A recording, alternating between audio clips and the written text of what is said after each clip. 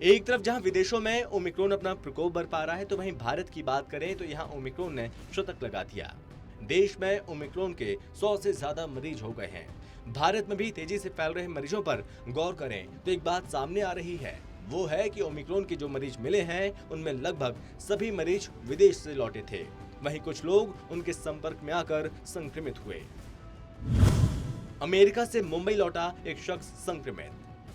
वहीं अमेरिका से मुंबई आया एक शख्स ओमिक्रॉन पॉजिटिव मिला। हालांकि उसमें अभी ओमिक्रॉन के लक्षण देखने को नहीं मिल रहे हैं, लेकिन सावधानी के तौर पर उसे अस्पताल में भर्ती कराया गया। बृहन मुंबई म्युनिसिपल कॉर्पोरेशन ने इसकी जानकारी शुक्रवार को जारी की थी। जानकारी के मुताबिक मरीज ने फाइजर की बूस्टर डोज तक ले रखी थी। बता दें कि 9 नवंबर को मरीज मुंबई एयरपोर्ट पर पहुंचा था और जहां टेस्ट में वो संक्रमित पाया गया, जिसके बाद उसको अस्पताल में भर्ती कराया गया। महाराष्ट्र में ओमिक्रॉन के 40 केस। आपको बता दें कि महाराष्ट्र हर लहर में ज्यादा संक्रमित राज्य रहा है। इस बार भी महाराष्ट्र में नए वेरिएंट सबसे ज्यादा डरा रहे हैं। यहाँ शुक्रवार को एक बार फिर 8 नए मामले मिले। इनमें सभी विदेश से लौटे हैं, जिनमें 4 लोग संयुक्त अरब अमीरात, 1 अमेरिका और 1 नाइजीरिया, जबकि इन लोगों के संपर्क में आए 2 शख्स में नए संक्रमण की पुष्टि हुई है। महाराष्ट्र में अब कुल मामले बढ़कर 40 हो गए हैं।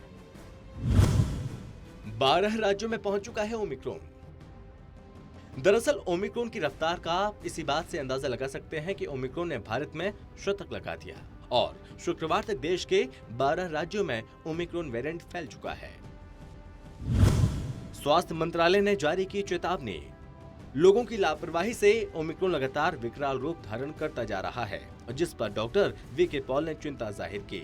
नीति आयोग के सदस्य डॉक्टर वीके पॉल ने कहा, यदि हम यूके में ओमिक्रॉन के प्रसार के पैमाने को देखें तो वहां ओमिक्रॉन के 93,000 मामले शुक्रवार को आए हैं, और अगर भारत में भी ओमिक्रॉन का ऐसा ही प्रकोप होता है तो हमारी आबादी के लिहाज से हर दिन 14 लाख मामले सामने आएंगे।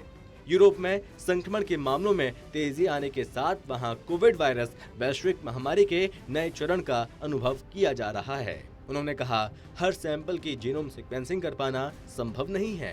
फिलहाल ये निगरानी और वैश्विक महामारी के आकलन का एक जरिया है। हम इस बात का आश्वासन दे सकते हैं कि पर्याप्त और व्यवस्थित रूप से सैंपल लिए जा रहे हैं। अगर जो केसेस कल यूके में हुए हैं 80,000 88,000 के करीब, 80,000 ले लीजिए, अगर हम उसको पॉपुलेशन के बेस पे लें तो ये 14 लाख केस होंगे भारत की पॉपुलेशन पे अगर हम उसको लगाएं। कहने का मतलब ये है, हमने वो 4 लाख वाली एक सर्च देखी थी, तो जो भी हो रहा है हम इसमें भी पूरी तरह से कहना कि डेल्टा है, दोबारा वाला डेल्टा है, ओमिक्रॉन की, ये इमर्ज हो रहा है। लेकिन the fact is at this very time the surge being experience in UK is to the tune of 14-15 lakh per day. Mild है कहा जा रहा है, वो भी देख रहे हैं। हॉस्पिटल का अभी इतना हेल्थ सिस्टम पे प्रेशर नहीं है, वो भी हम देख रहे हैं। लेकिन ये सब कुछ एक इमर्जिंग सिनेरियो है, कहाँ जाएगा कहना मुश्किल है, अनएक्सपेक्टेड सिनेरियो है। और ओमिक्रॉन में एक खास बात यह है कि अब जीनोमिक ही हो जाता तभी पता चलता, उससे पहले उसके चेहरे पे लिखा ही नहीं है कि इस इन्फेक्शन जो RT-PCR में आई है उसमें इसका मतलब है डिले भी होती है, पता चलने में भी देर रहेगी। जब तक पिक्चर सामने आएगी कई कुछ हो चुका होगा। वो यहाँ का है, वो यहाँ जाके दिखाई देता है। Tremendous effort has been made, systematic effort has been made, the collective alertness और सारा जैसे आपको बताया गया किस तरह से ये सारा कोऑर्डिनेट हो रहा है, whole of government effort, whole of nation effort. उसके बावजूद भी हमें याद रखना होगा कि ऐसी स्थिति जो वहाँ है यहाँ ना आए। जीनोम सीक्वेंसिंग क्या है? चलिए अब हम आपको बताते हैं कि आखिर जीनोम सीक्वेंसिंग क्या है। दरअसल जीनोम सीक्वेंसिंग किसी भी जीव का पूरा जेनेटिक बायोडाटा होता है।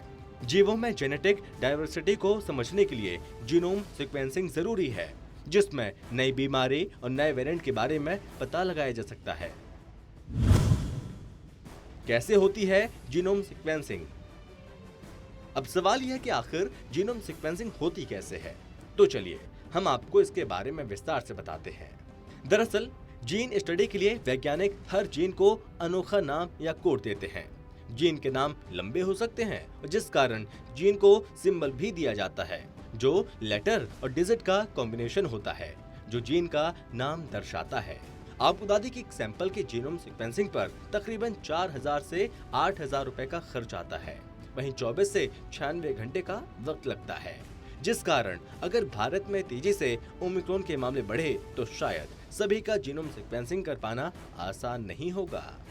ऐसे में हमें बेहद सावधानी बरतने की जरूरत है ताकि हम इस महामारी को मात दे सकें, जिसके लिए जरूरी है कि हम गाइडलाइंस का अच्छे से पालन करें, सोशल डिस्टेंसिंग रखें, यात्रा करते वक्त मास्क का उपयोग करें और जरूरी हो तभी घर से बाहर निकलें।